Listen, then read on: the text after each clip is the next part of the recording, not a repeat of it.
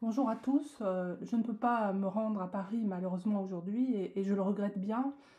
Alors Marc m'a demandé de présenter en 10 minutes la confrérie des frères musulmans, ce que je ne vais évidemment pas pouvoir faire en un temps si court, mais je vais vous parler au moins de son idéologie et comment elle agit ici sur les campus, dans les écoles, le lien avec la montée sans précédent de l'antisémitisme, toujours sous couvert d'antisionisme, et tout ça, ce lien est dans le projet, en fait, dans le programme de la confrérie des frères musulmans, à condition bien sûr de le lire, de le savoir, de le décoder. Alors la confrérie en France, hein, c'est plusieurs milliers d'individus assermentés, invisibles. Un frère musulman ne dit évidemment jamais qu'il est frère musulman, c'est une confrérie parfaitement secrète en Europe. Par contre, on sait que la confrérie a endoctriné au cours des 4 décennies précédentes en Europe 2 générations de musulmans qui pensent que le seul islam possible est celui du salafisme littéraliste, dogmatique et intégraliste qu'il propose. Et ça se voit maintenant dans les sondages. Ils sont 60% des jeunes à penser que la charia devrait s'appliquer avant les lois de la République. Donc évidemment, la question c'est comment on est arrivé là.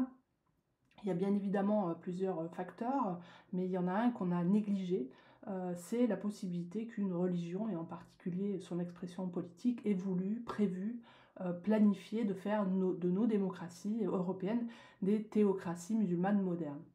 Et pourtant, ces offensives théocratiques ont été montrées, démontrées tant de fois dans les pays musulmans.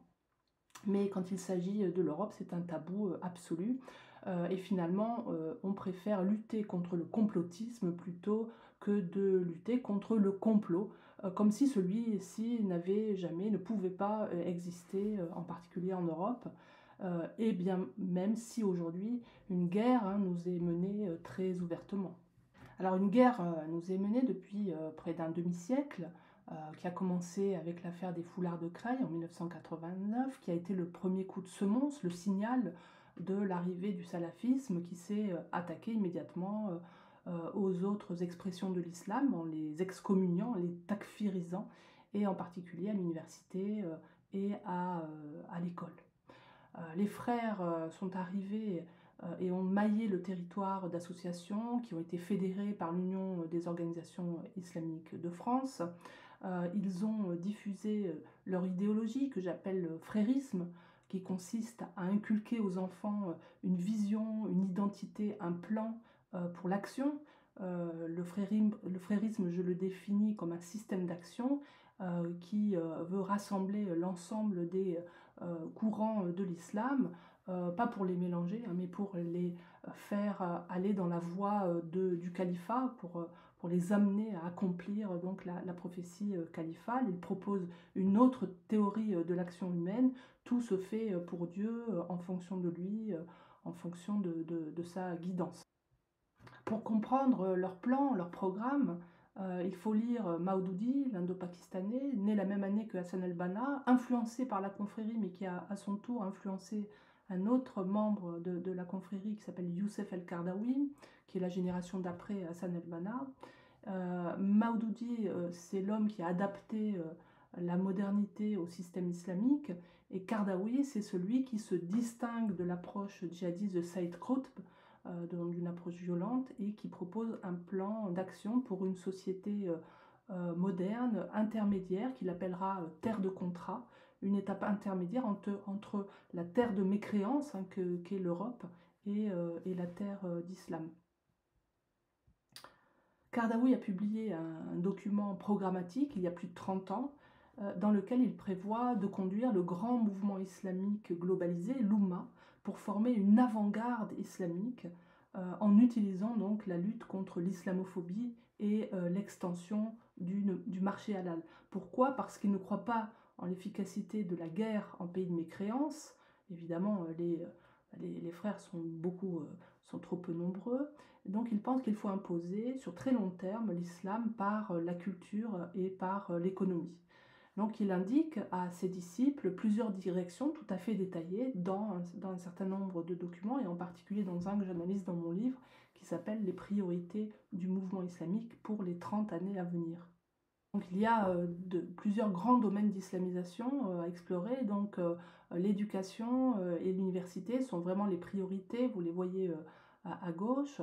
Il y a le domaine du politique en utilisant donc ce que j'appelle les partis coucous, c'est-à-dire des partis comme LFI et cetera qui se mettent au service, de la confrérie ou de l'idéologie, frériste. Il y a le domaine social et sportif, il y a le domaine de l'économie avec le marché, halal, il y a, le djihad, la ruse, il y a bien sûr la communication avec Al Jazeera, J+, et il y a les sciences et l'éthique. C'était le domaine de Tariq Ramadan avec plus largement ce qu'ils appellent l'islamisation de la connaissance. Alors parmi les domaines de la guerre, il y en a un à cultiver, hein, selon Youssef El-Qaradawi, c'est la libération de la Palestine, qui est le premier djihad à accomplir. Et si les Palestiniens ne peuvent pas la faire, il est du devoir de tout musulman, où qu'ils vivent, d'accomplir cette première étape. Il faut savoir que Youssef El-Qaradawi est à la fois le conseiller des organisations internationales fréristes européennes et aussi un conseiller du Hamas durant plusieurs décennies. Donc pour lui, il est très clair, il faut cultiver la haine d'Israël. Et ça, le message est passé. La première fois que je suis rentrée en contact avec les frères musulmans, c'était il y a 30 ans. On chantait déjà des chants guerriers anti-israéliens. Ce qui est important de comprendre, c'est que contrairement aux pays musulmans, l'islamisation des frères se fait par l'élite, se fait par les influenceurs et donc par le haut et non pas par le bas. Donc il faut former une élite cultivée qui aura pour objectif de rééduquer les masses. Il faut que les banquiers et commerçants fassent des centres d'affaires et ne se contentent pas de construire des mosquées. Et c'est ce qu'on voit aujourd'hui, hein. Les mosquées qui s'érigent aujourd'hui sur le territoire français sont des mosquées qui vont devenir des business centers. Il faut former les femmes leaders dans les domaines de la mission, de la pensée, des sciences. Donc ça, c'est quelque chose qui est déjà en cours, d'où l'importance donnée aux femmes. Je crois que Fadila Maroufi va vous en parler bien plus en détail. Et puis, bien sûr, les enfants.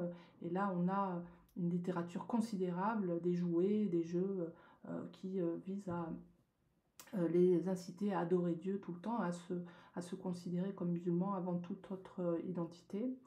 Le frérisme est une idéologie mondialiste qui ne supporte pas les États, les frontières des États. Et c'est la raison pour laquelle il dérange beaucoup dans les pays musulmans.